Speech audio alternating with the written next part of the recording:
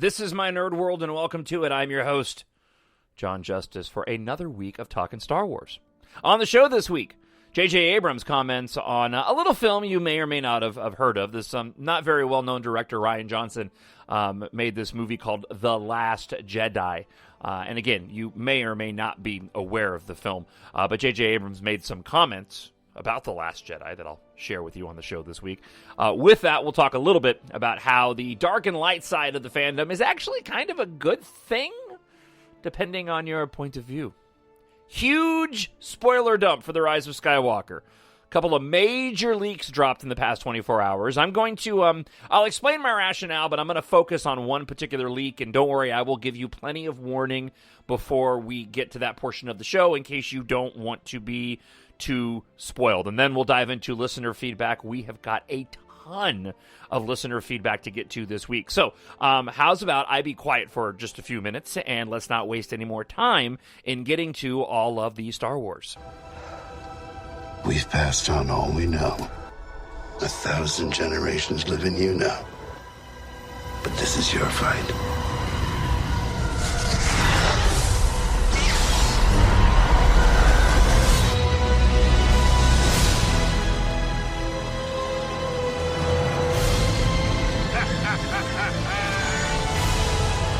We'll always be with you.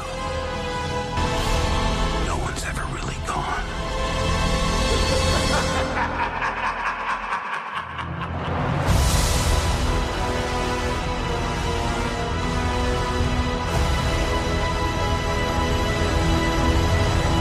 Nothing will stand in our way. I find your lack of faith disturbing. I will finish what you started. Who are you? I'm no one. There are stories about what happened. It's true. All of it. The Force. It's calling to you.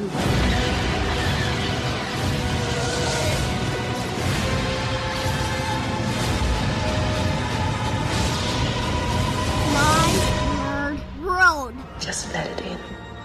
I absolutely trust that whatever J.J. Abrams and Chris Terrio, along with the members of the story group, Kathleen Kennedy, whoever was involved in crafting this trilogy, I trust that they're going to give us a very rational and believable explanation as to why Palpatine is back in The Rise of Skywalker. That is probably the biggest question that I have right now. Right, there's things that I want to know. Obviously, I want to know how it all plays out. But when it comes to the questions that are lingering out there that could weigh heavily on my enjoyment of the film, the return of Palpatine is the one that I think really needs to be solidly answered. I know that John Boyega, and some people have been pointing this out online, John Boyega is arguably the biggest Star Wars fan in the sequel trilogy, right? And he's just a massive Star Wars fan already. So his comments about particulars with regard to the movie are taken with a little bit more weight because they're coming from a fan. And he said a while back after Celebration that once it was explained to him by J.J. Abrams, he was blown away and was essentially, and I'm kind of sort of encapsulating what he said, was, happy with the way things had played out.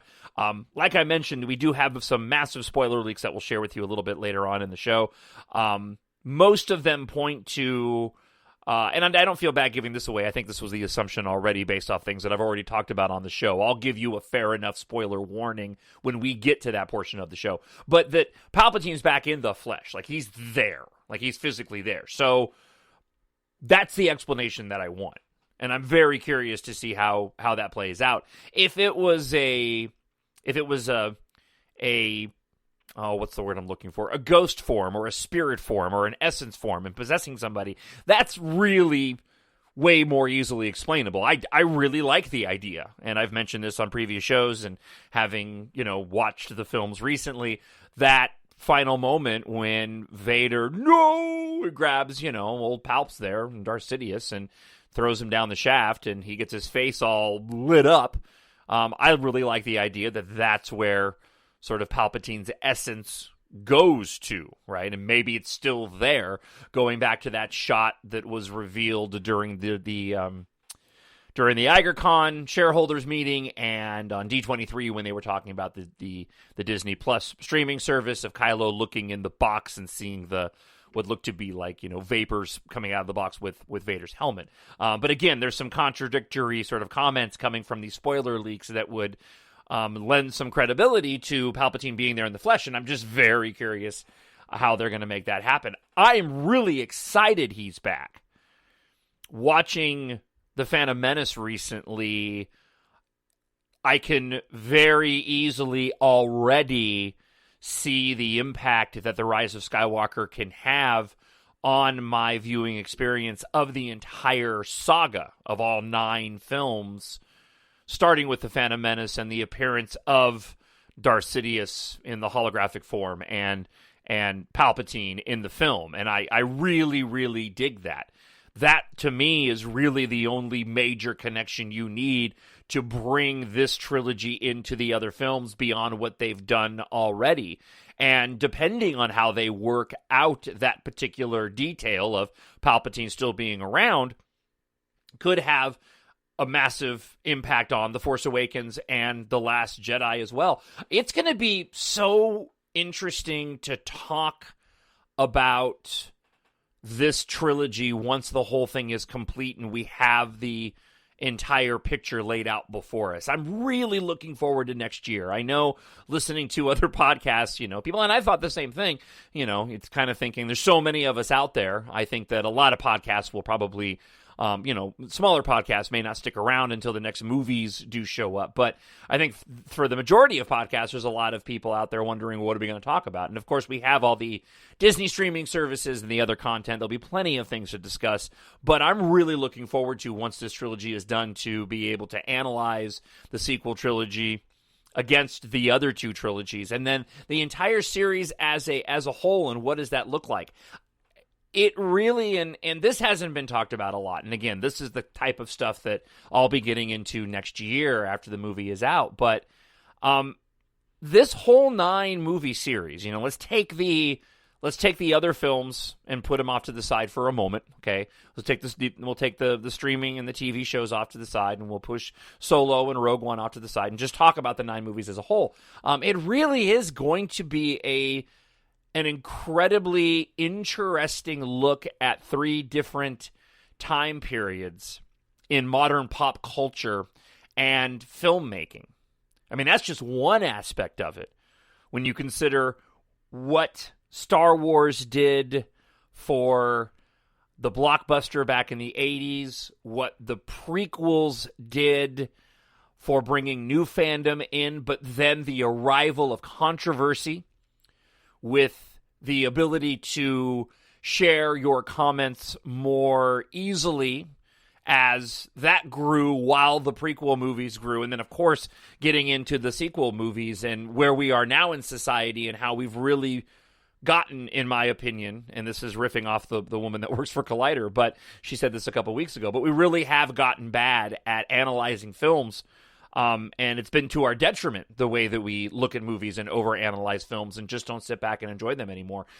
It's going to be very, very fascinating. But first, of course, we have to get through, this sequel trilogy and the next couple of months before the Rise of Skywalker. So let's start here before we get into the Rise of Skywalker and this massive spoiler dump. And again, I'm going to give you plenty of warning before I dive into it.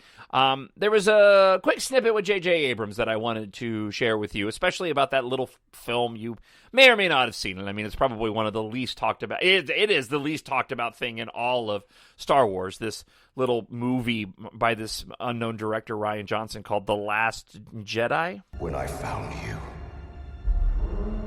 I saw raw, untamed power. And beyond that, something truly special. shall. This story comes out of the Associated Press. I thought you might be interested in hearing about it. Rian Johnson's Star Wars The Last Jedi surprised many fans by upending a lot of expectations J.J. Abrams set in his trilogy starter, The Force Awakens.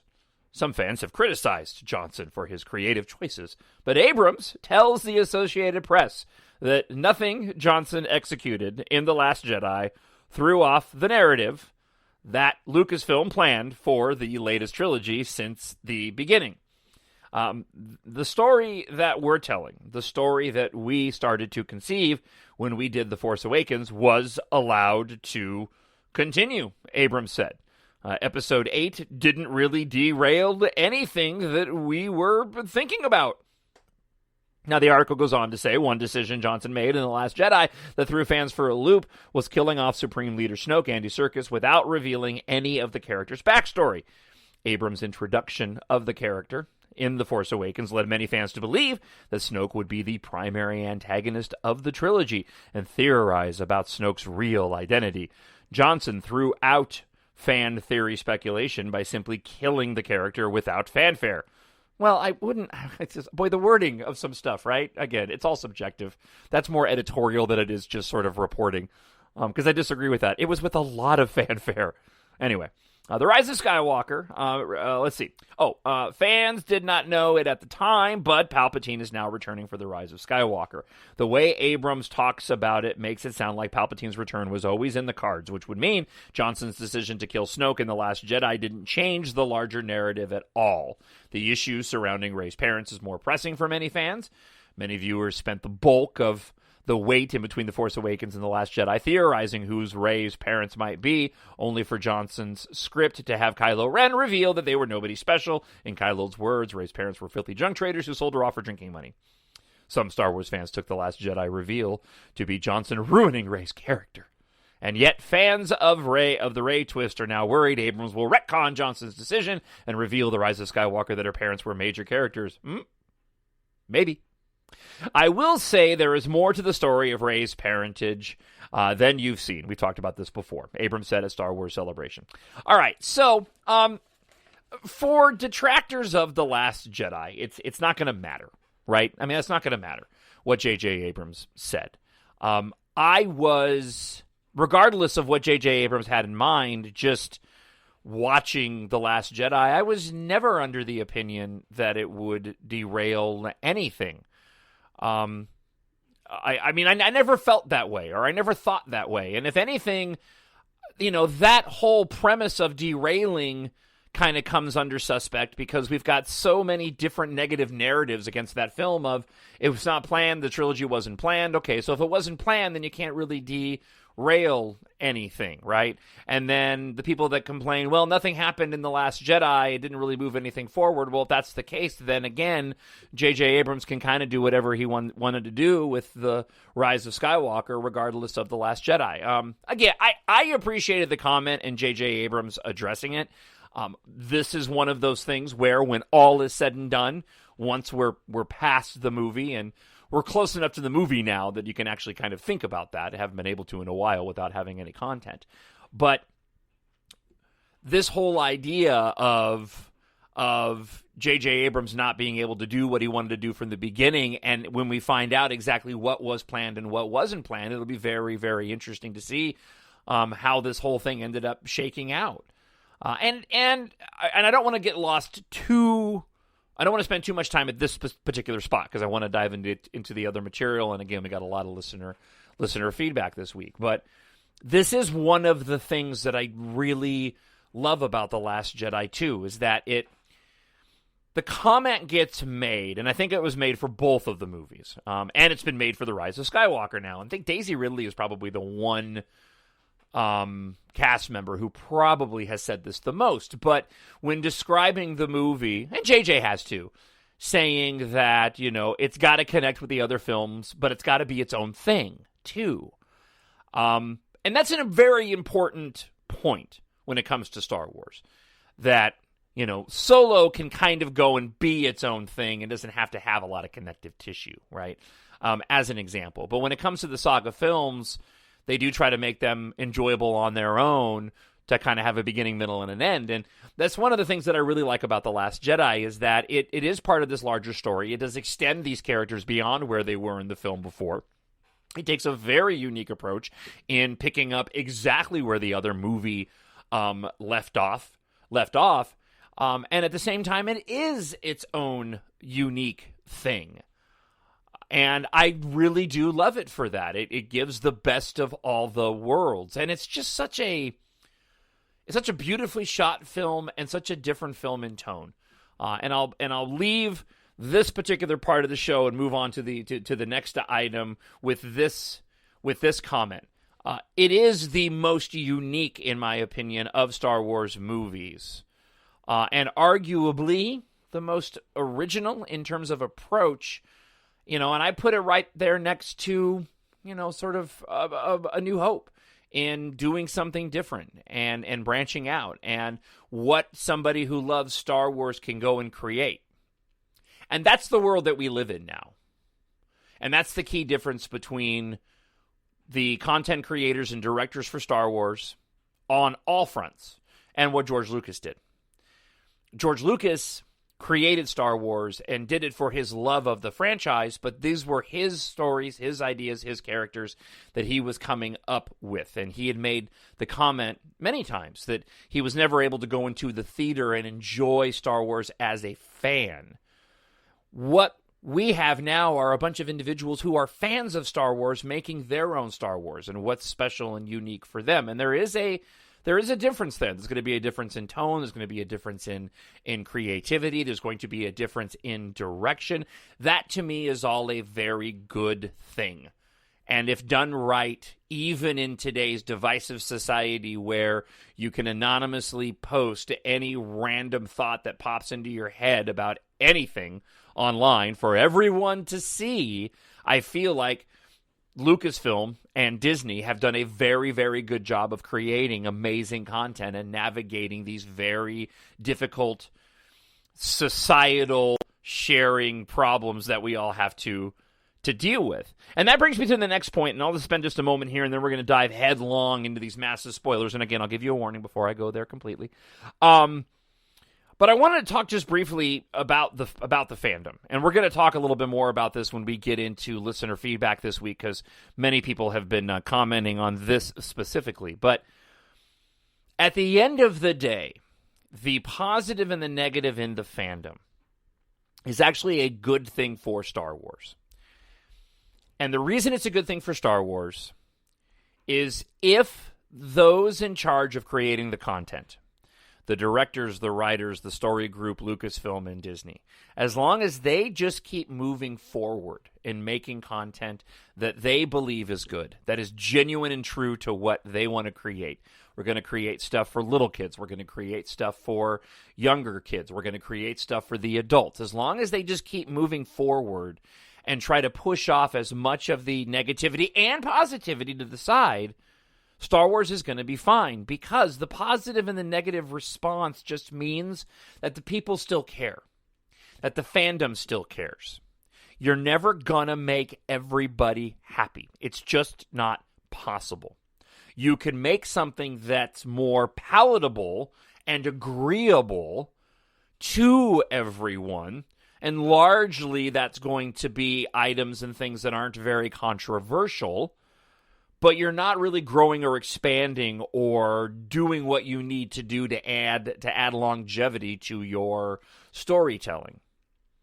No, I think what Disney and Lucasfilm are doing is really solid. Don't listen too much to what the fans are saying they want, okay? Because not everything the fans want is a good thing. And try to dismiss as much of the negativity as you can. And just remember that both dark and light sides of the fandom act the way that they do because of their love of Star Wars. And if you keep creating content, you're going to be able to find something for somebody to still go and like. And if they don't, you're never going to be able to go and change those people. right? I've been on some weird ends of the spectrum. Being a radio talk show host, it's different because you kind of put your voice out there every day and then you wait for the response to come back, but you can't really adjust to anything. And I just try to be as authentic and as genuine as I possibly can every single day. And if people dig it, they dig it. And if they don't, they don't. And thankfully, so far, I've been able to take an idea of a career and turn it into 24 years later.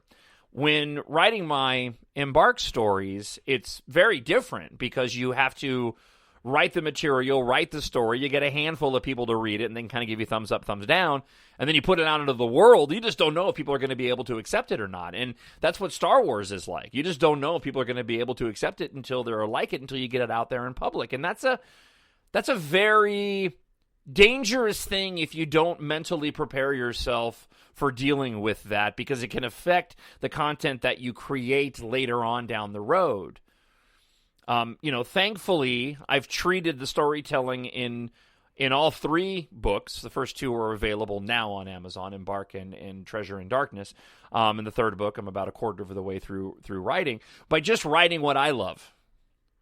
I mean, that was the whole purpose. I just write what I love, what I think is cool, what I think is neat. And I really do think that's what JJ does, certainly what Rian Johnson does. JJ listens to the fans a little bit more. At least he's more vocal about listening to the fans, especially if you watch the documentary for The Force Awakens where he talks about sitting there with Lawrence Kasdan. And I remember sharing this with Zach from the Knights of Vader podcast and how much he cracked up over this. But J.J. Abrams saying, he felt compelled to include some type of cantina bar scene in The Force Awakens, and that turned into Maz Kanata's castle, because he was thinking that as a fan, if you went to go watch the movie and there was no cantina scene, people would be asking, where's the cantina scene? I completely disagree with that. I've mentioned it before on previous podcasts. That's not where my headspace is when it comes to Star Wars. I don't watch a Star Wars movie thinking, I need so many X-Wings and TIE Fighters and cantinas and Force visions and lightsaber fights. I don't look at Star Wars that way. I just look at Star Wars and go, give it to me, and I'll tell you if I like it. And for the most part, I really, really like it. But to put a bow on this conversation, we see a lot of it. If you search the Rise of Skywalker hashtag, I've been muting a lot of people just because I don't want to see the negativity. I have my opinion of what I know so far, and so far it's all very exciting, and I'm super excited for whatever they're going to give to us come December. But it's clear there's still a lot of people out there who are taking every little piece of information and just freaking out about it without the proper context. But at the end of the day, it is just because they care. And I imagine that most of those people, when they say, I'm done with Star Wars, if they are, that's their own choice. But I think most of them will continue to go and check it out because the franchise, the genre is just that incredibly powerful that I don't think people will ever be able to truly leave. And Lucasfilm and Disney are going to do a really, really good job of making sure that there's content for everybody in the near future. All right, so I don't have a definitive time on how long this is going to take me to get through, but I am going to tell you right now that we are going to spend some time talking about a massive spoiler leak that has dropped in the past 24 hours. So if you don't want to know things like what's the first scene of the movie, and what's the deal with Rey's parents, and wait, what's with Dark Rey, then maybe you should check out now and come back in about 10 or 15 minutes or scan forward. So let's go ahead and get into it. Big spoiler leak for The Rise of Skywalker. You have been warned. The hyperdrive is leaking. Okay, so this started with MakingStarWars.net and Jason Ward putting out an article called this: Huge rumors, Sith knives out, Rey's parents, 3PO's red eyes, Sith Rey, Wayfinders, and more explained. Unverified rumors that lined up with the D23 special look. Okay, so this came out, and then shortly after, there's another Redditor called Jedi Praxis, who has also been putting out some leaks that have been verified in one way, shape, or form. Jedi Praxis put out an incredibly extensive breakdown of everything that they knew about The Rise of Skywalker, and many of the items that they laid out lined up with what Jason Ward had just put out a few hours before. Okay, I'm just going to stick with Jason Ward's for the time being. I may visit the Jedi Praxis information perhaps next week. If you want to go read it for yourself, if you don't mind being spoiled, just go to the Reddit leaks page and you'll see it there it popped up on Friday. You'll see it in there. It's got the most comments. It's got over 1,000 comments right now. I know Jason Ward is he's a little bit more objective, or at least I know Jason Ward's writing and what he puts online a little bit more, feel a little bit better about it, because he doesn't really write anything up unless he's had a couple of sources. And it does seem like this Jedi Praxis guy has everything lined up, but just for the sake of simplicity, I'm going to stick with what Jason Ward had to say. And again, I'll make a decision next week on whether or not I want to dive further into what Jedi Praxis put out, because there was a lot of sort of nuanced and speculation in there. And a couple of things that still haven't been answered. Like, neither of the leaks have yet to explain Rey at the start of the teaser and her flipping over Kylo Ren's TIE Fighter. And I'm going to talk about that a little bit later on before we get into listener feedback, because I have my own set of comments based off of the 30-some-odd seconds that we saw in that special look from D23 last weekend. But let's dive into Jason Ward's write-up here. The recent D23 footage, Star Wars: The Rise of Skywalker, opened up more questions for us fans than it answered. The special look footage lines up with a lot of rumors I'd heard in the last year. Our recent story about the Sith fleet lines up with what we saw in the trailer as well. The rumors below are pretty big and line up with the D23 special look. He goes on to say, because of the level of verification I'm able to conduct at this moment, please classify all of this as rumor and not 100% verified information. That said, I have some confidence in the information, or I wouldn't even bother writing this.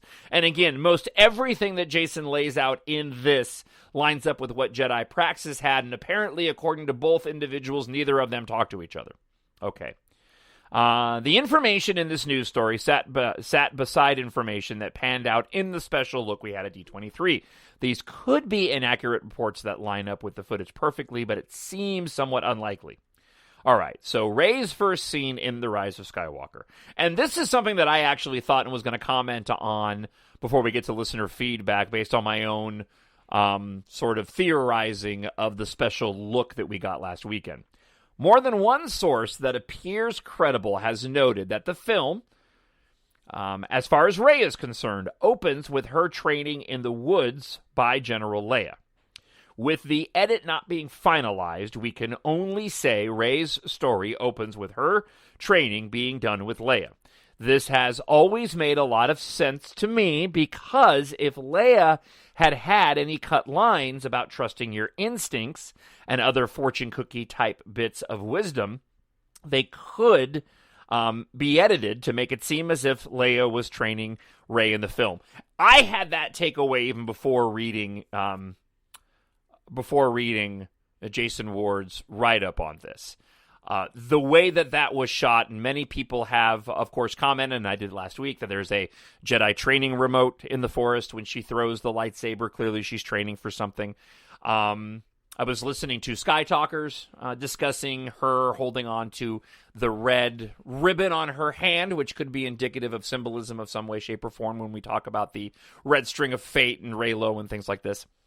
Also, that there's a couple of different shots in there that don't line up. So when she catches the saber, that appears to be at a different moment because she's holding a stick in her other hand, and she didn't have the stick in her hand when she threw the lightsaber in the first place. Then we get that slow sort of static shot of Leia that's in a very similar environment, and of course from the teaser trailer we have them hugging each other. So I had deduced to myself that was most likely going to be some type of training montage of Leia training Rey. I will mention one spoiler from the Jedi Praxis leak because it relates directly to this, which could be the potential of how things play out. According to Jedi Praxis, the movie opens with a flashback. And his sources told him that the movie opens with a flashback of Luke, younger Luke and Leia, Luke training Leia on how to use a lightsaber. Leia has her own lightsaber, and that they have to, or Leia decides she's no longer going to train as a Jedi because she found out that she was pregnant with Ben. And that apparently there's a fight that ensues in that moment between Luke and Leia. Now, if we are opening on a flashback in some way, shape, or form, that could make a lot of sense, that if we open with that and then we enter the real Star Wars time and we go from, in the past, Luke training Leia to the present of Leia training Rey. That's an interesting sort of side note. So take it for what it's worth. Again, all speculation at this point. Before the trailer, getting back to the MakingStarWars.net write-up. Before the trailer, we heard about C-3PO's red eyes on Kamiji, and had a rather interesting connotation and twist to it. It involves a murder weapon, a dagger, and the ability to translate text on the murder weapon to move the plot further along. A contact of the rebellion is killed, and the dagger is found next to the body. The contact knows of the location of the Emperor's planet in the unknown regions. The dagger has a mysterious inscription on it written in Sith. The problem is no one can translate it, not even C-3PO, who is fluent in over 6 billion forms of communication and extermination. Okay, I'm just kidding. Our heroes take C-3PO to Kamiji because there he can be rebooted into a state that allows them to bypass this programming that doesn't allow him to translate Sith text currently. However, at first, Zori Bliss wants to capture them and turn them over to the First Order, but has a change of heart. We supposedly learn that both Zori and Poe smuggled, and wait for it, Jason writes, snuggled together in the past, and there was some romance which might play into why she doesn't follow through with the turning of the heroes in. We assume this is where, from a previous spoiler alert, that the Drax-looking guy takes the opportunity that Zori passes up, and MakingStarWars.net had a write-up about an individual who people described kind of looking like Drax, a bad guy that's on Kamiji. Okay. For his protection, C-3PO is backed up into R2-D2. As the Golden Translator begins to read the message on the blade, C-3PO's eyes glow bright red. The Sith inscription is successfully decrypted. Something about the message points Rey to the Emperor's Wayfinder device on the moon of Endor. Kylo is in possession of Darth Vader's Wayfinder device, so while Kylo has Vader's Wayfinder, Rey is racing towards Palpatine's Wayfinder. Now, here's what's really interesting to me about these leaks, and this is where it gets tough. Reading a lot of the comments surrounding these leaks that came out, one thing you would be well to keep in mind if you're reading these and going, this all just sounds strange and weird, and Wayfinders and Sith inscriptions and all that. These are being written by individuals, and this is not a dig on Jason Ward by any stretch. I'm sure he would agree, and so would Jedi Praxis. These are individuals that are passing on the information that they received. It's not being written or laid out in such a way to get you to go and purchase something, to promote a product, right? Writing up descriptions for things to entice people to go and read it is really difficult. And again, drawing from my own experience, I've tinkered with a ton of different descriptions for both of my books to kind of boil down the essence of what the story is, because trying to go point-by-point detailed breakdown of it is a really difficult thing to do. So when it comes to leaks like this, I think it sounds cool, but I'm looking at it through the lens that says these aren't being written by the content creators to entice me to go and see the film. These are written by individuals who have been handed a bunch of information and are just passing off the information without the proper context. Like, if this was all the story entailed, it just sounds really weak of them running around trying to find things. But obviously, there's a lot of stuff that's going to end happening in between, including, like I mentioned, in the teaser trailer, how neither of the write-ups have any explanation yet, although I'm going to fill in my own blanks, have any explanation yet as to what that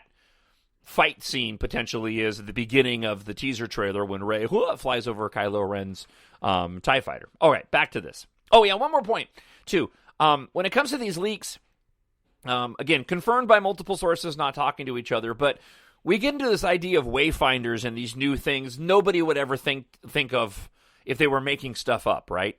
I'm really curious to see what kind of background they give on these Wayfinder devices and how that's going to play into ancillary material that'll be written around the film. All right. After the business on Kijimi, I think I keep saying that wrong. Kijimi. Rey finds the Emperor's Wayfinder device on the Endor moon. When she touches it, she sees herself as a Sith entering the Emperor's chambers. This allows Kylo to find her, and he appears through what we believe to be the Force bond established in The Last Jedi. So the rumor we heard on this is that Rey sees her evil self when she touches the artifact, and the vision is disrupted by Kylo Ren and their Force bond. Okay. Now we get into Rey and Kylo and the Force confrontation.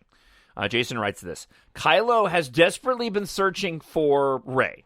Kylo quickly turns the conversation to Rey's parents. He tells her he never lied to her. Everything he said was true, but her parents sold her to keep her safe and used the money for drinks. Rey then sees the vision Kylo saw in The Last Jedi. However, the huge reveal is that Rey's parents are killed with the Sith dagger in her vision.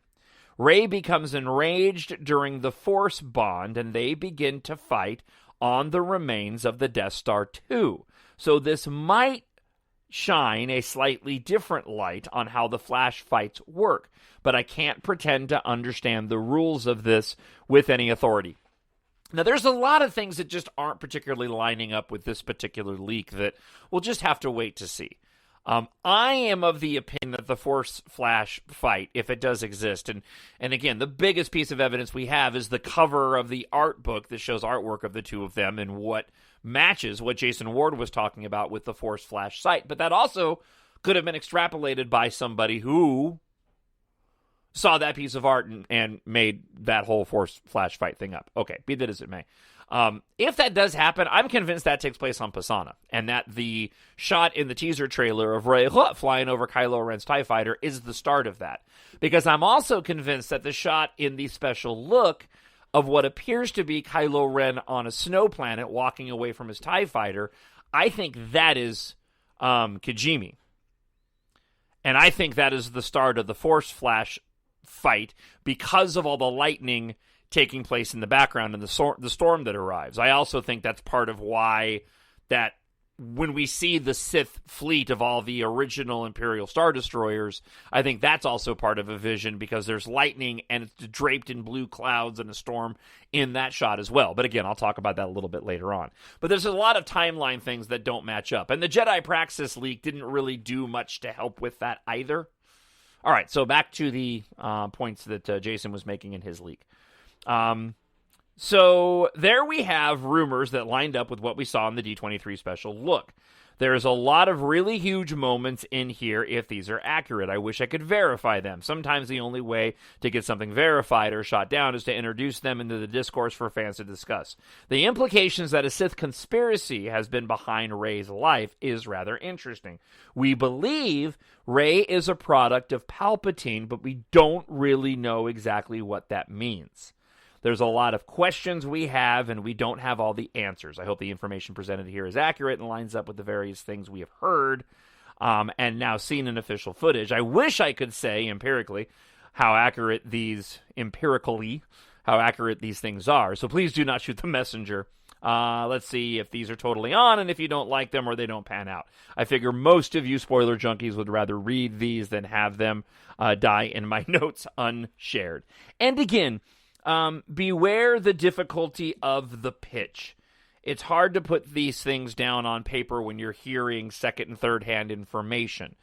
So, curious to get your thoughts on what you see of this so far. And we got to be a little bit careful. So, some of your comments, if you comment on this type of stuff, I may respond directly. I may not do it necessarily in listener feedback, if only because I don't want to spoil it for people that want to hear listener feedback but don't want to hear particular spoilers. The Jedi Praxis read does expand upon a few of these things, but there's still some timeline issues in there that don't link up. I will say so far, everything I've read, I'm digging. It sounds different. It sounds unique. I really love J.J. Abrams' storytelling abilities. And so even though there's a bit of sort of convoluted in there, and you look at things like Sith daggers and Wayfinder devices, and it could easily make you kind of scratch your head, right? But point to The Force Awakens, and if you were to describe the whole thing with the map and leading to Luke Skywalker and handing it off to BB-8 and being on a planet and finding Rey, and the Falcon happens to be there out of nowhere. I mean, none of that really lines up if you look at it just on paper without seeing the proper context. And at the end of the day, when it comes to The Force Awakens, that whole issue when it comes to the to finding Luke in the map kind of becomes an afterthought. I forget about it every single time I end up watching the movie. But drop me a comment. You can do it on YouTube. You can also email me, talkshownerd@gmail.com. Let me know what you think. Before we get to listener feedback, a couple of thoughts on the special look from last week now that I've had some time to sit on it. There's been some individuals on YouTube, by the way, that have done a fantastic job of creating mashups of the footage that we've seen so far. You know, sort of doing a supercut trailer. I remember there was somebody, it's online if you go find it, but somebody put together a supercut of all of the Solo trailers. I still watch it. It's so much fun. It was done so well. But somebody's done that with the teaser and the special look, and it's worth going to YouTube and finding it and checking it out.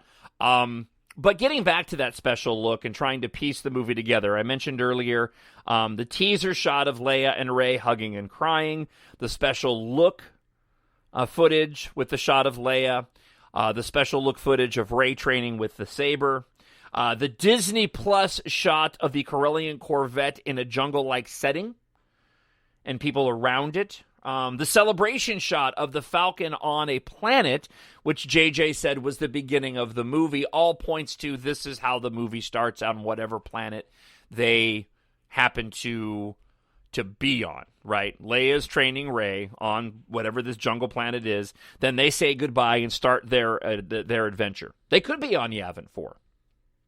Interesting note before I get into more of my little comments here. Somebody pointed this out on the Reddit's page, which I thought was really interesting. In the Vanity Fair coverage of the Rise of Skywalker, when they showed that digitally modified photo of Janna and Finn on the Orbax, and she's leaning off with her, with her space bow, and John Boyega, Finn's got his gun. In the Vanity Fair coverage, they said that they were on Pisana. That's interesting because in the shot, there's grass in the background. And we saw in some of the first behind-the-scenes footage, we saw Finn and Poe on a grass planet with the Orbax there on set. We didn't know they were Orbax at the time. They were just horses dressed up. We know they're Orbax now. So people were pointing out that this may be one of the first times in the Star Wars canon, in the films, where we've gone to a planet that has two different types of climates, where they've got a grassy area that's got a little bit more foliage than what we see in the trailer of a desert planet and them walking up on the Aki-Aki and the big celebration in the teaser. Speaking of which, getting back to piecing the movie together, in the teaser you have Rey jumping over Kylo's TIE fighter. You have Finn and Poe standing on the rocks. You have Finn, Poe, C-3PO on the skiff being chased by First Order jump troopers. In the special look, we see our group of heroes seeing the festival. Poe looks worried. In the special look, maybe a shot of the landed Kylo TIE fighter lighting his saber. Might be a misdirection / start of the Force flash fight. Lightning in the background and the Force storm, right, could be an indication of the Force fight. Makes it look blue, but it's actually the desert. And I've seen many people that have lightened up that particular photo. It's a rad shot. When Kylo's walking away from his lightsaber or from his TIE fighter, and he ignites his lightsaber and it kind of drags on the ground. You lighten that shot and there's cracks on the surface that make it look like that could be the desert. So the point is, I'm leaning towards, despite what some of the leaks have said, I'm leaning towards that our heroes have to go to Pisana. And according to Jedi Praxis and his leak, Leia sends them to Pisana to either find the dagger or to find somebody who can translate the dagger and help them out, and that's where Lando Calrissian is. And then from there, they end up going to Kamiji, but the First Order obviously shows up. I'm under the impression that the Force flash fight takes place on Pisana. Unless it's somehow connected to the end of the film or they go back to that planet. Because for me, it makes sense in that fantastic shot of Rey flipping over Kylo Ren's lightsaber if she were to go and disable it in some way, shape, or form.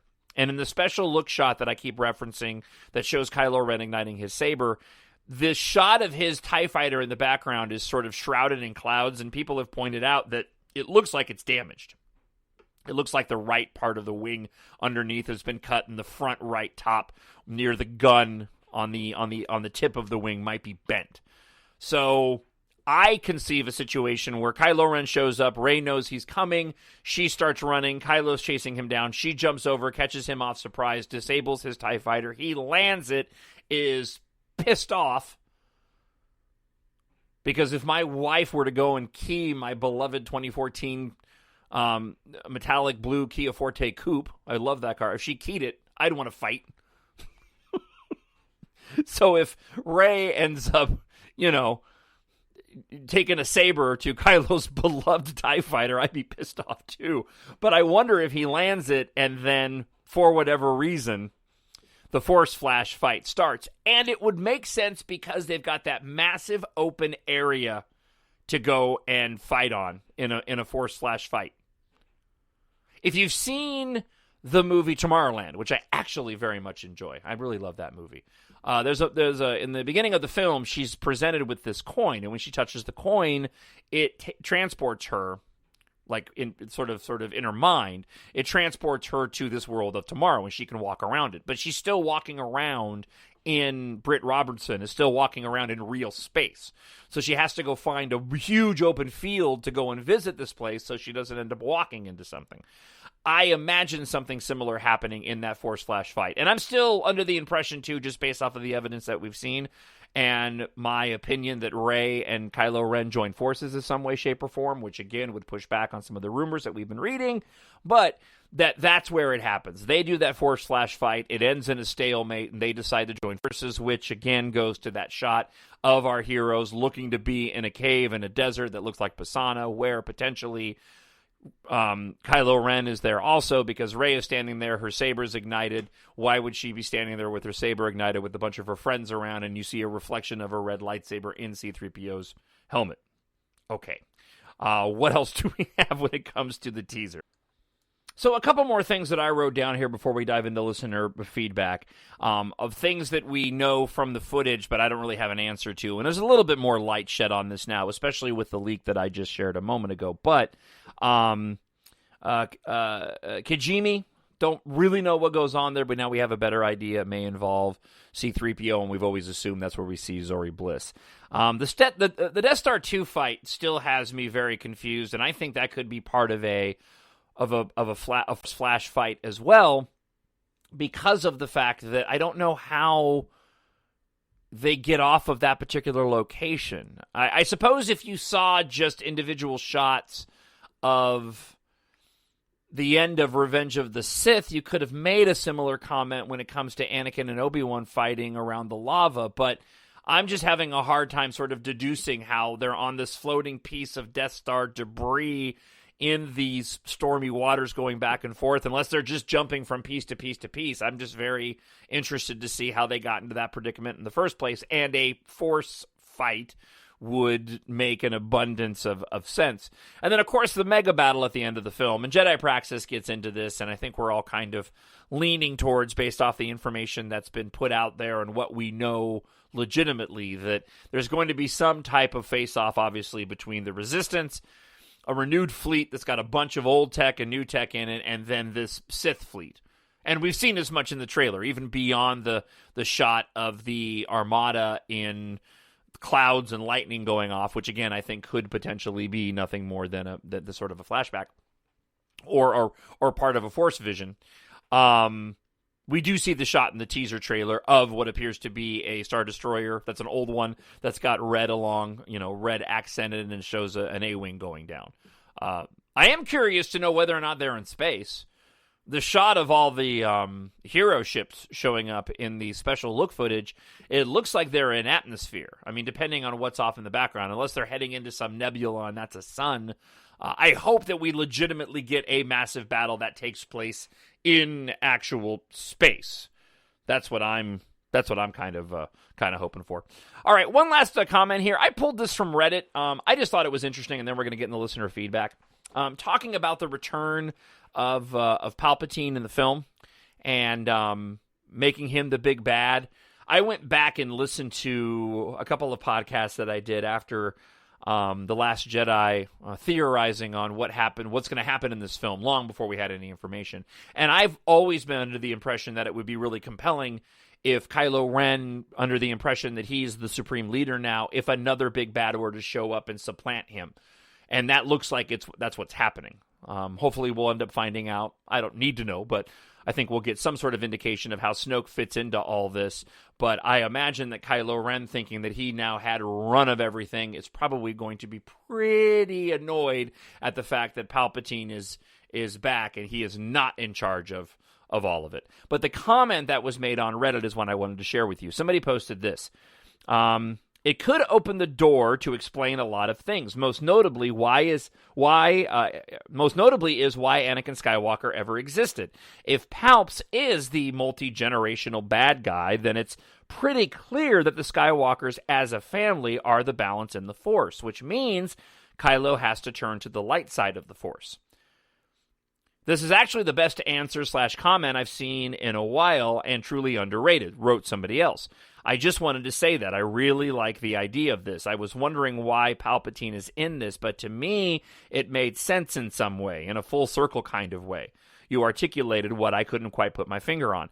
And I agree with the comment here, and I said as much at the opening of the show.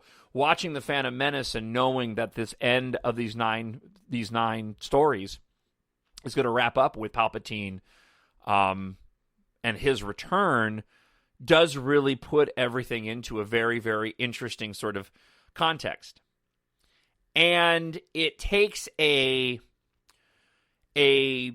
massive story affecting a galaxy, and then it really boils it down to the essence of these particular characters and provides the opportunity to wrap the story up in a way that we can move on and tell other stories.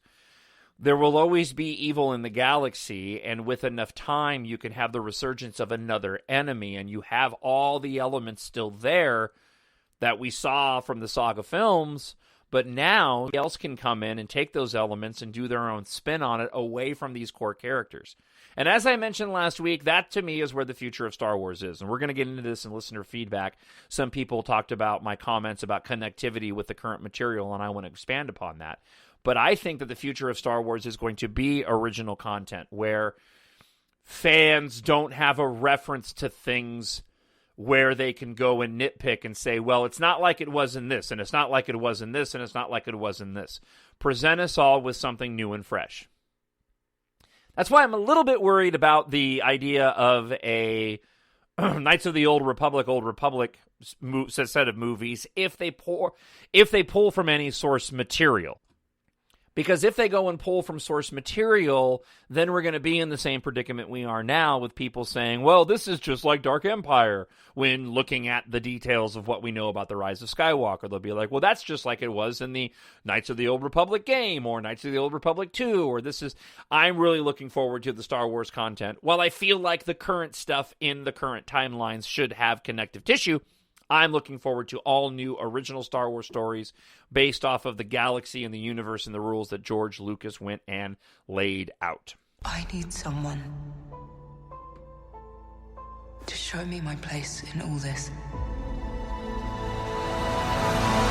And that's you and your listener feedback. I can't thank you enough for writing in every single week. Let's not waste any more time. And first, we'll hear from Shock Fitness, who says this: Luke's journey from naive, slightly annoying, and wholesome farm boy in A New Hope to Jedi badass, walking confidently and almost arrogantly into Jabba's palace and then rescuing Han in Return of the Jedi, was one of the greatest playoffs in movie history.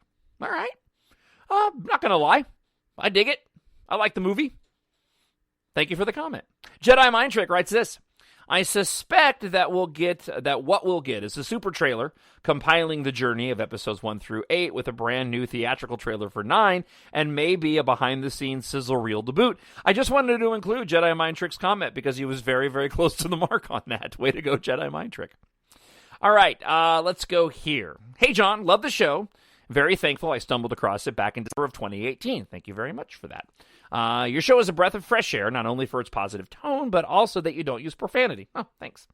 Too many other Star Wars commentators either sprinkle profanity throughout their programs or they put together a string of profanities, mainly the F word to emphasize a point.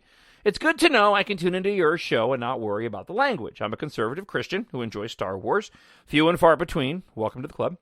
While the other programs include entertaining formats or topics, I'm afraid I'm going to have to cut them out of my life as not to risk polluting my speech. By the way, I watched The Fandom Menace. Thank you for the warning about the language. You were right that it made some great points about the toxic side of Star Wars fandom. It's unfortunate the speaker demonstrated such a low-grade vocabulary by lacing so much bad language. People who can express themselves without using profanity as a crutch are far more eloquent and respectable. Thank you for your wonderful podcast, John. God bless you. Thank you very much for the comment.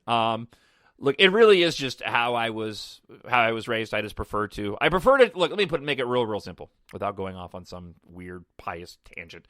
I just preferred to approach the podcast the way that they approach the Star Wars content.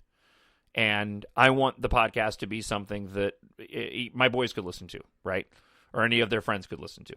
And Star Wars should be something that all people can enjoy. And if they're going to create more adult material, then let us know beforehand. And I think they're kind of doing that with The Mandalorian. Let's see. Got a comment here. I kind of like Rule of Two, talking about the Collider show. Fernandez is sometimes negative about The Last Jedi. Yep. But I don't mind him because I think he is a closet Reylo. Yeah, it's okay. I'm not going to lie. I am far from a perfect individual by any stretch of the imagination. I'm nitpicky when I listen to shows. And I get irrationally annoyed when I listen to shows, especially shows that are popular shows, and there's a lot of just fundamental misunderstandings. Like in my mind, and I know this sounds so snobby, but at least I'm being honest, right? I just get annoyed when people are making comments and there's an obvious mistake in what they're saying that, in my opinion, most Star Wars fans, and certainly fans that are hosting podcasts, should be aware of. You don't have to know and watch everything, but if you're going to make comments, make sure that you're informed with enough information that you're not contradicting yourself based off of information that's readily available. All right, let's get back to the comments here. EcoKill-11 Gaming says this: I would really like a Luke Skywalker series spanning 10 years of his time, learning more about the Force and starting his Jedi school right up to Ben turning on him and the end. Gives Mark Hamill more good Luke screen time and fans of Luke when they liked him. Great show. Keep up the good work. Thank you for that. I appreciate that. Autobahn Kenobi writes this: Blade Runner 2049 showed pre-scenes on the internet before the movie opened. They were world-building scenes, even starring some of the actors in the film. I wonder if Episode 9 could do something like that, especially since the story is rumored to be very big. I included this because, in retrospect, based off of what we got, they didn't really do that. But I understand what the commenter is saying. I found it interesting that J.J. Abrams, after the footage was aired, was very quick to say that he didn't consider what they showed a trailer. Like, he didn't think he gave us very much.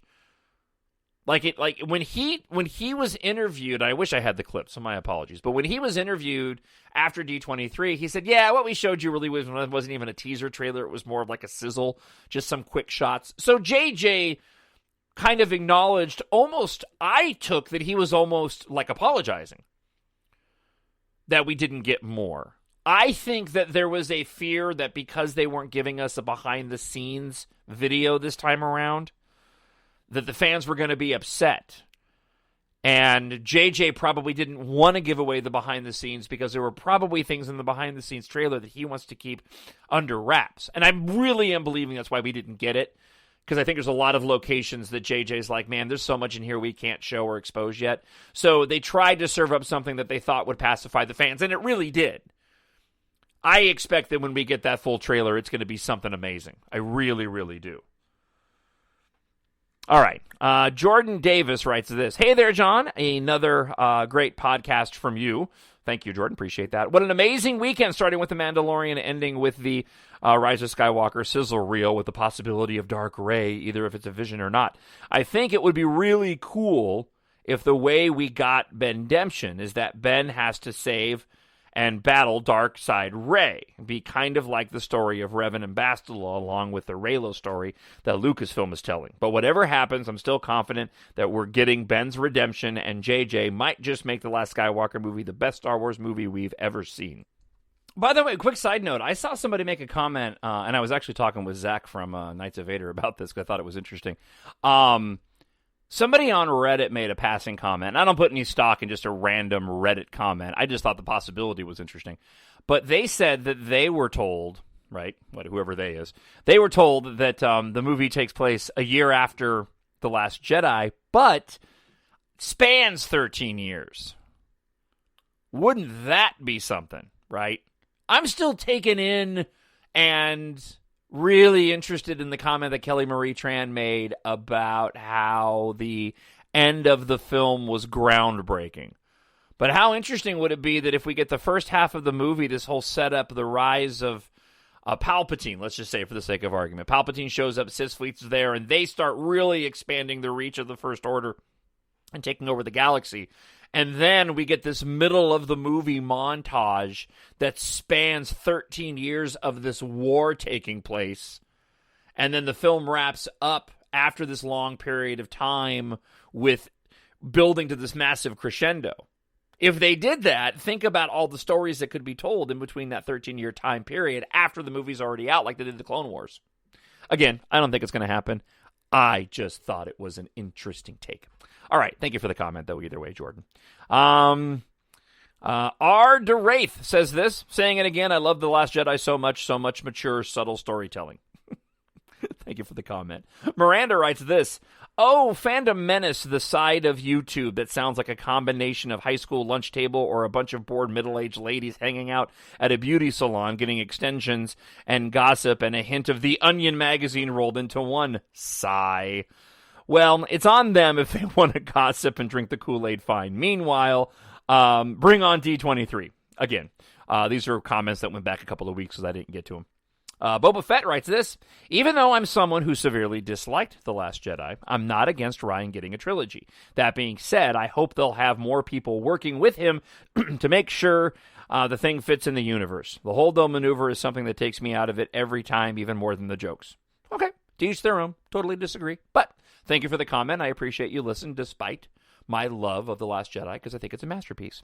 Friend of the show, Sky Drathing, in the first of a few comments. In the TFA art book, it was said that J.J. Abrams wanted red warships and Star Destroyers, which is probably why we're now getting red TIEs and Sith Troopers on board the red, to board the red dreadnoughts. By the way,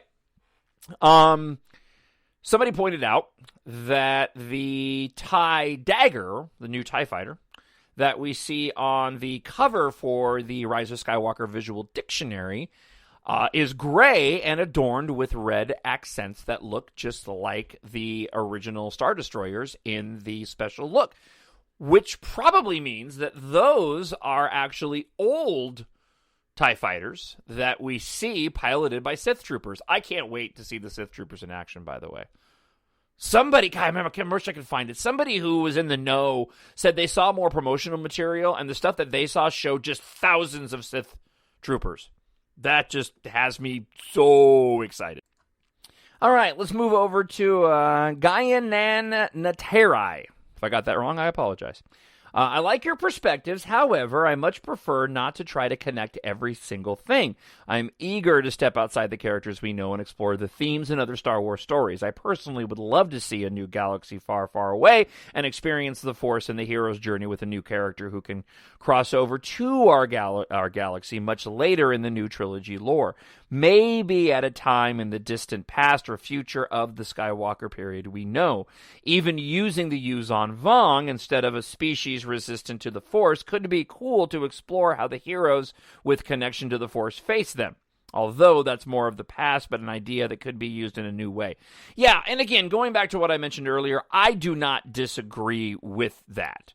My point was that if we're going to be working within existing timelines, I am totally fine with having more connective tissue, but I also very, very much agree that I am looking forward to new content with new characters that can't be tied to anything that currently exists as well. So we're somewhat in agreement here. All right, a couple of points here from friend of the show, Jared. He writes this. I wanted to touch on a suspect that I've speculated on in past emails and that you've covered somewhat dismissively on your show. This is not meant to be negative by any means because it's more about your speculation about who Rey really is. I wholeheartedly believe that Rey Nobody is the best theme and message of the sequel trilogy. Nevertheless, I cannot shake the feeling that Rey is a clone. At this point, it does not matter who she could be a clone of. I do genuinely believe that Rey is connected to Palpatine, and again, we're getting more evidence of that. But I do not think she is the granddaughter or some other blood relation to a legacy character. Rey is a nobody with nobody parents, likely created by or cloned by Palpatine. There is absolutely precedent for clones, not diminishing the protagonist's character. Heck, the entire Clone Wars series was made to individualize each of the identical clones and give them distinct and unique personality traits. The Force Unleashed 2 dealt with the paralyzing fears and the memories of a clone Starkiller learning to live with his dark past or former self. Listen, this is something that really is, and thanks for the comment, Jared. He went on to make a lot of other great points, but for the issue of time, I'm just going to kind of comment on what he wrote there specifically. Look, it really just comes down to a point of view and personal preference. But for me, turning Rey into a clone, and I'll be open and accept and probably end up loving the movie whether she is or not. It's just my own personal opinion.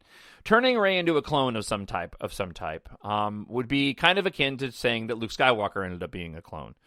Now, granted, Luke Skywalker was kind of closest to being that, considering that he was supposedly of an immaculate conception of Shmi, right? A virgin birth, to be more specific.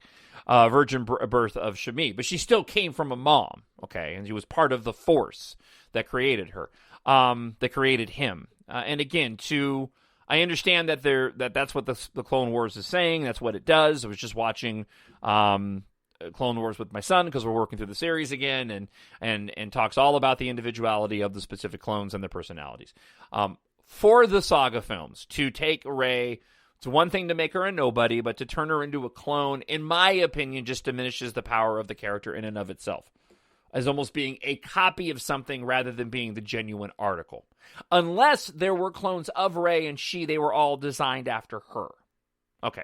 Don't want to go too far down that road. We got plenty of other shows where we can dive into that based off of new information if it's relevant. Let's move on. Bloodheel says this. I heard something from Collider. They mentioned that Rey could have a moment or a test or something where she has the type of experience like Luke going into the cave on Dagobah. And that's what Rey sees in the cave of what she could become or still could become. This also could play on nostalgia we know JJ likes to do. Based off of the information that we've heard, which may or may not be accurate, that's not going to be the case. I actually like the other explanation better. I also have a bit of a problem with Rey going through a dark side cave trial because she did that already in The Last Jedi. That just seems a little bit too redundant. Even the way that the movie has been described in the Jedi Praxis leak that I didn't talk about on the show is a little bit derivative of Return of the Jedi and what they did in The Last Jedi. So that's why I was also hesitant to kind of break that out. But for Rey to face herself in a Luke Empire Strikes Back facing himself in the Vader outfit, to me, it makes more sense that it's a vision spurred by something else and not something relating to her Jedi training because she kind of already went through that in The Last Jedi. All right. Darlene says this. Hey, longtime friend of the show. SJs. Still haven't recovered my old account yet, but is it just me, or is the teaser poster they're fighting on the same platform where Vader and Luke ended their fight with the I am your father line? I know some people have pointed out that it looks like that piece of debris that they're fighting on in the poster does look like the location, or at least had some elements to the location where Obi-Wan Kenobi turned off the tractor beam in A New Hope. And I'm going to get back to that because I've got some other sort of questions I want to bring up. One more thing I'd like to say about the people who were questioning the marketing campaign for this film is that this is J.J. Abrams we're talking about. He's a marketing genius. He knows exactly what he's doing, and I have the utmost faith in his marketing prowess in terms of visuals, and I would argue TFA was a breakthrough in terms of bringing back practical effects mixed with CGI that has been lacking so much in films today, and to such great results that the visuals for the Rise of Skywalker looks like a culmination of the visuals from 7 and 8 combined in terms of Kylo's mask. Maybe that is the object that is possessed, therefore its importance in it getting repaired. Okay. Great comment. Thank you. I want to make a point on this. I've always been under the opinion that if you're going to put something on a poster, then there's something in that poster that we see that we're going to see in the film. Okay? All right. So why do I bring that up? I bring that up because in the poster, you see Rey squaring off against Kylo Ren, and Andy Gutierrez said it was Kylo Ren. But again, she may not be in the know, but be that as it may, we're supposed to believe that's Kylo Ren on the poster, squaring off against Rey with the image of Palpatine in the background. I also think the lightning and the red and the blue is very indicative of those Force Flash fights that I keep mentioning, and the shot of Kylo Ren, his TIE fighter walking away from it that looks like snow, but it's probably on Pisana, and also the Sith Armada with all the blue storm and the lightning around it. Okay, here's what I don't get. Again, every single shot we've seen of Kylo from the movie, he's not in the damn helmet. Pardon my language. He's not in the helmet. In the promo poster, he's in the helmet. On the teaser poster, he's in the helmet. On the teaser poster, he's in the helmet on a piece of Death Star debris squaring off against Rey. In the leaked Loungefly pendant that showed the artwork, Rey was squaring off against Kylo in the helmet with water in the background. When does he put the helmet on? I'm assuming that if it's in the teaser poster that Rey and Kylo fight on the Death Star remains, and he's got the helmet on at some point in time, which means that it happens twice.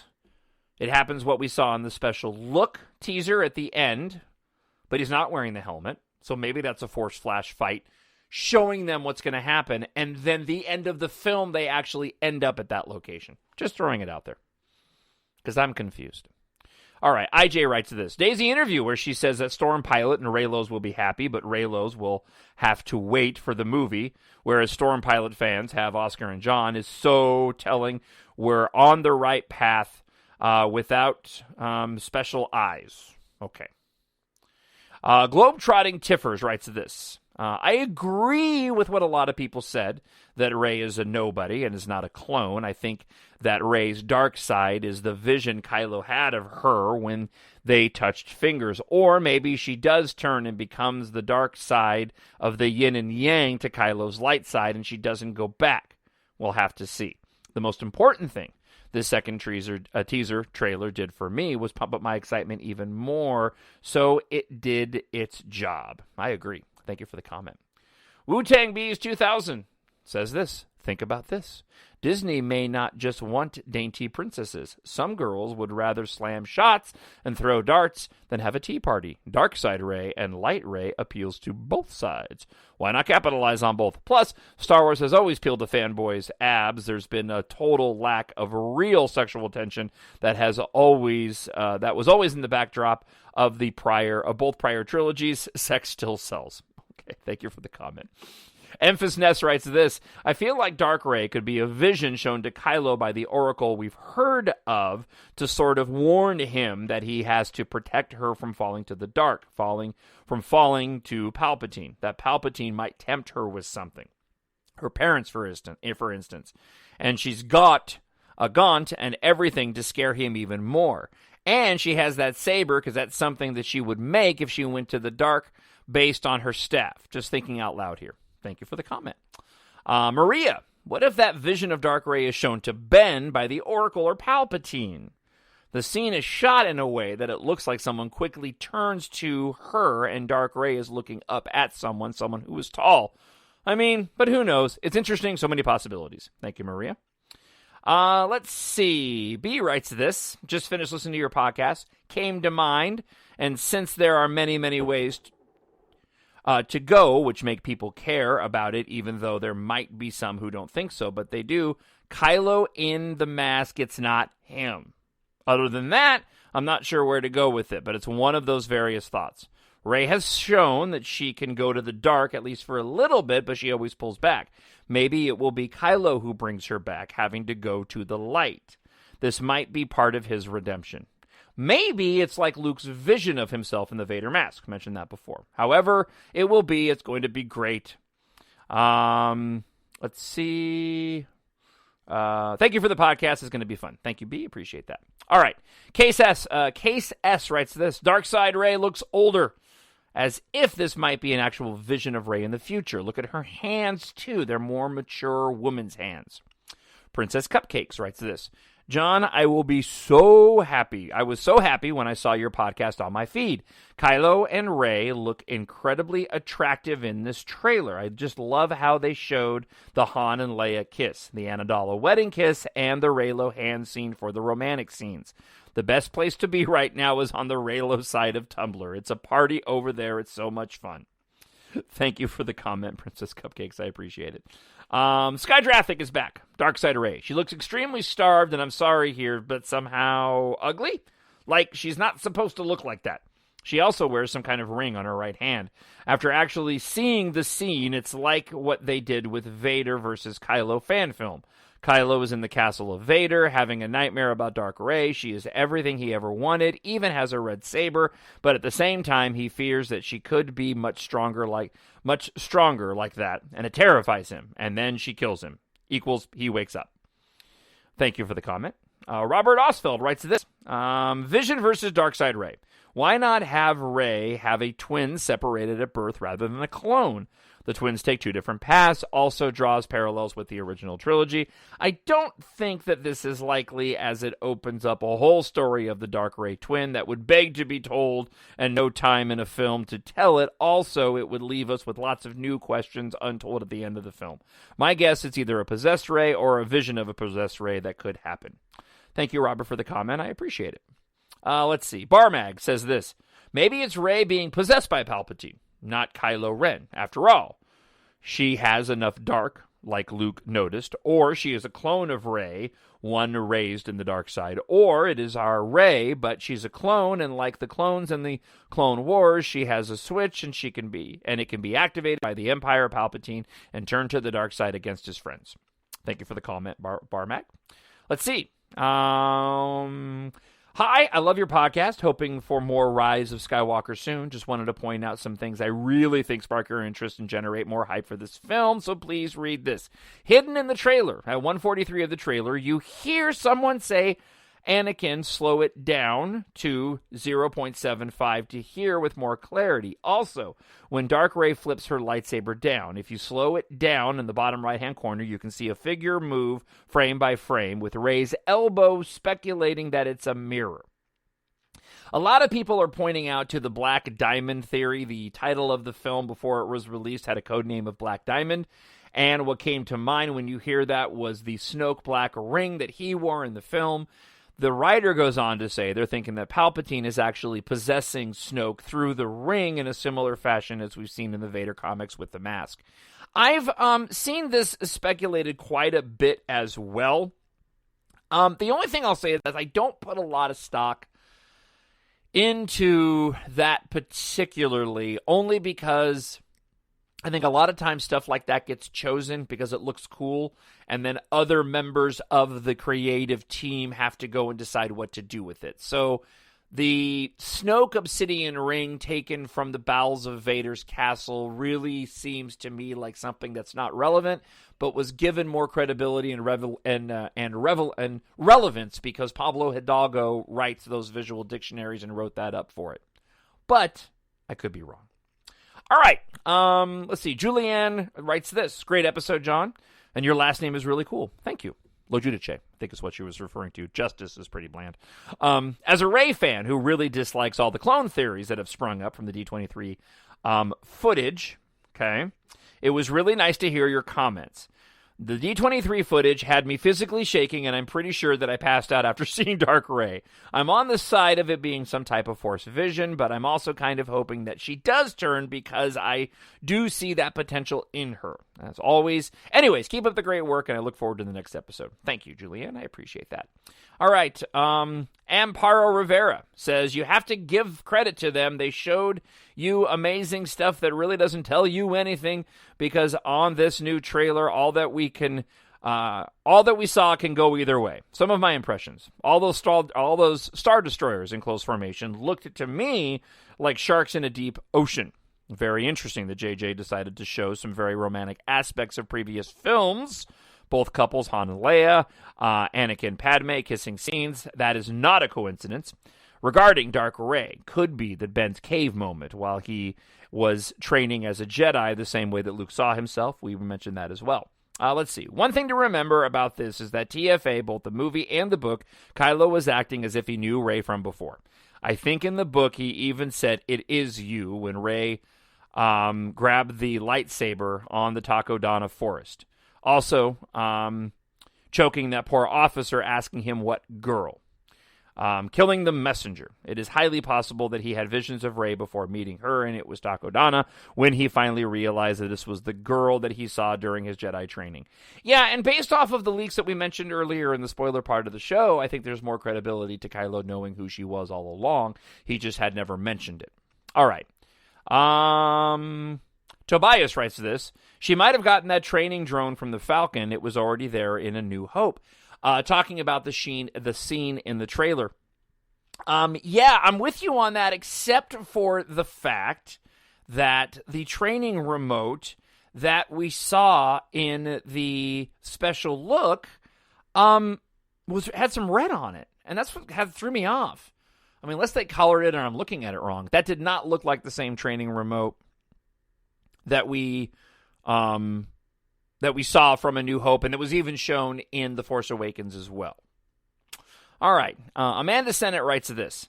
I've been trying to think outside the Skywalker saga box, and I firmly believe that everything is shown to us means something. Two things jumped out at me. Even though it was considered a flop, Solo is important to the storyline, specifically Crimson Dawn, Kira, and Darth Maul. All the people in the events shown in the trilogy review and the D23 footage were important. I noticed that the only extra bad guy shown was Maul. With those two things in mind, I'm wondering if Rey is connected to Crimson Dawn in some way. Most likely unknowingly, but what if her nobody parents were part of Crimson Dawn? It obviously has dark side ties. She'd gain lightsaber inspiration from Maul, and it wouldn't necessarily make her a Sith. Thoughts? Are we going to see Crimson Dawn in The Rise of Skywalker? I even think the Knights of Ren are connected to Crimson Dawn. It's an interesting theory, Amanda, but I honestly don't think we're going to go there. I think they're going to keep those two elements separate. There's such a gap in time between the prominence of Crimson Dawn and the Star Wars timeline taking place between episodes 3 and 4. And, you know, the time of the original trilogy and then all the time that's passed between episodes 6 and 7 that I just don't see a Crimson Dawn connection there. But, again, without seeing the film, anything's possible. I appreciate the comment. LB writes this. Good point about them going the extra mile for a unique weapon when they really just had to give Rey any red saber. Her weapon of choice on Jakku was a staff, though, so I guess they figured that if Rey did go to the dark side, she'd stick with it and not leave her past behind in that respect. Thank you, as always, for the comment, L. Let's see.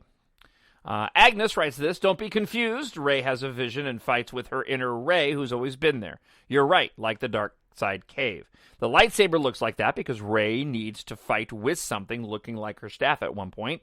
Like a Rey from the past, a bit confused between the light and the dark, fighting with her staff-turned lightsaber and the light Rey with her proper lightsaber. Thank you for the comment, as always, Agnes. Friend of the show, Jennifer Oliver, said this. I had a thought that in 7, Kylo said Rey was lonely, and she said she was afraid. I think they resolved the loneliness in 8. I think 9 will resolve the fear. They're both afraid. Rey is probably afraid of her awakened powers and afraid that she seeks the dark, afraid Ben won't turn, and afraid of the rebellion. The rebellion won't win, right? Ben's probably still afraid that he'll never be as strong as Darth Vader, afraid of making a huge mistake like he did on Crate, afraid of Hux or something else will try to overthrow his leadership. 9 could resolve things to where they have nothing to fear or they overcome their fears, but I think that'll happen. Thank you, as always, for the comments, Jennifer. I appreciate it. And really interesting points, too. This goes back to kind of what I said earlier in the show. When the trilogy is done, it's going to be a fascinating dissection of the sequel trilogy and then how it plays with the other three trilogies, or with all three trilogies. The Red Ribbon says, love me for myself alone. The red ribbon Rey has in her hand during the training session reminds me of the favors ladies traditionally give to champions or knights in medieval jousts or battles. These favors were usually simple items given as an excuse to make the fighter promise to come back alive. I wonder if Leia is the lady giving Rey the favor, and the choice of color is in and of itself, as red is the color of the dark side and Kylo Ren. It's also interesting because within the sizzle reel, it kind of foreshadows a visual of Dark Rey with a double-bladed red saber in her hands. Interesting point. And I've heard some commentary around the thematic elements, the inclusion of red, what it could mean, and I've gone down those roads before. I try to tread those waters carefully because a lot of times when we read into... We've become so accustomed to George Lucas talking about Joseph Campbell and the mythology that he provided Star Wars. I think we mistakenly assume that all of the content creators act or treat Star Wars the same way George did and are looking at source material and old mythology to craft the stories, and I don't think that's always the case. Although there is evidence, especially when you consider, I think the assistant director on the film for The Rise of Skywalker had that rather interesting quote that they placed on their cork board in their office. So I could be wrong. I just try to tread the waters of other mythology and reading other mythology and then applying it to the Star Wars universe and stories we haven't seen. I just try to approach that cautiously. The Red Thread of Fate is the one that I think is most interesting when it comes to the sequel trilogy, and especially Reylo. And when you consider that Rian Johnson tweeted out things related to the Red String of Fate, but then deleted them, I think was telling. That could have just been Rian Johnson, though, and nothing that J.J. Abrams was ever involved in either. So, let's see here. We'll do one more, and we'll read this one from Miranda. We all wanted to have content, and now we got it. Throw confetti, although I really wanted to see the behind-the-scenes reel. The rest of that 10-second clip that dropped before Saturday, thanks to all the wonderful human beings that posted it, but all in good timing. Even without showing too much, I'll say that the beginning, with all the clips from previous films, was very touching. It was like a love letter to the franchise and reminded me of Harry Potter and the Deathly Hallows teasers in a way. I do not expect, however, for Darkseid Rey to be a topic of conversation across all the interwebs. However, let's also not forget to take whatever was shown with a grain of crate salt. Something like Darkseid Rey may just be a temporary distraction while we wait for the bigger trailer coming.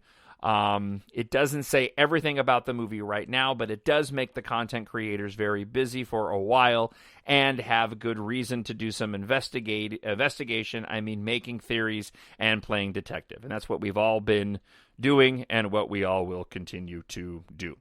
And that wraps up the show for this week. Before I let you go, I would like to encourage you that if you want to support the podcast in some way, shape, or form, if you are obviously a fan of sci-fi and space opera and you want to know what it's like when a sci-fi fan and a Star Wars mega fan, since 5 years old, goes and tries to create his own space operas with the fun, excitement, and romance of Star Wars. If you want to know what that's like and you like to read or have friends that like to read, then go to Amazon.com and look for my name, Jon, Jon Justice, and the first two books in my opening trilogy of my EMBARK space opera series. Again, you can search Jon, Jon Justice, and EMBARK. For the first book, in ours, Earth faces decimation, and the only escape is outer space. In book 2, EMBARK, Treasure in Darkness, in space, revenge is always colder. For Taft and his friends, including the girl that he loves, they must battle a new enemy that threatens their way of life on Zima.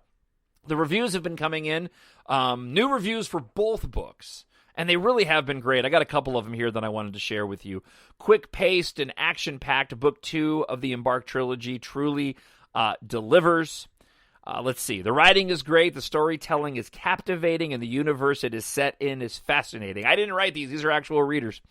A fast-paced space adventure for the entire family. This book is perfectly paced and engrossing. EMBARK has all the high-stakes drama of a great space opera without any of the pretension. All right, so go to Amazon.com, and you can still pick up both ebooks right now for just $2 for both. 99 cents for EMBARK Book 1 and 99 cents for EMBARK Treasure in Darkness. The paperbacks are available for both books. The audiobook for Book 2 has been submitted. I am just waiting for approval from Audible. So it should be up in the next 10 days or so. It usually takes 10 to 14 days for Audible to put that up. But you can get the audiobook narrated and produced by me for EMBARK Book 1. And you can get it for just $7.50, the audiobook, which is 12 hours of entertainment. You can hear my voice for 12 hours long. If you buy the ebook for just 99 cents, you can get the audiobook for just $7.50. And that'll be the same deal, if not a little bit cheaper for Treasure in Darkness, because that book's a little bit shorter. But go to Amazon.com. If you want to support the podcast, that's how you do it. Pick up a copy, whatever version of the book you want to pick up. And if not just for you, then for a friend, right there on the Buy Now link on the Amazon page, when you look for EMBARK and Jon, Jon Justice, you can actually gift the book to a friend. So some really fun, exciting, family-friendly, and it's friendly for all ages, adults, seniors, all the way down to kids. Go on by and pick yourself up a copy of the book for you or a friend. And if you've done so already, thank you so much. Be sure to leave a positive review on Amazon. I would really, really appreciate it. All right. I'm looking forward to hearing from you in the week to come. talkshownerd@gmail.com. Leave a comment on YouTube, and we'll talk again next week. Thanks for listening and downloading the show. And thanks for the support, as always. I really do appreciate it. The Force will be with you. Always. My nerd world.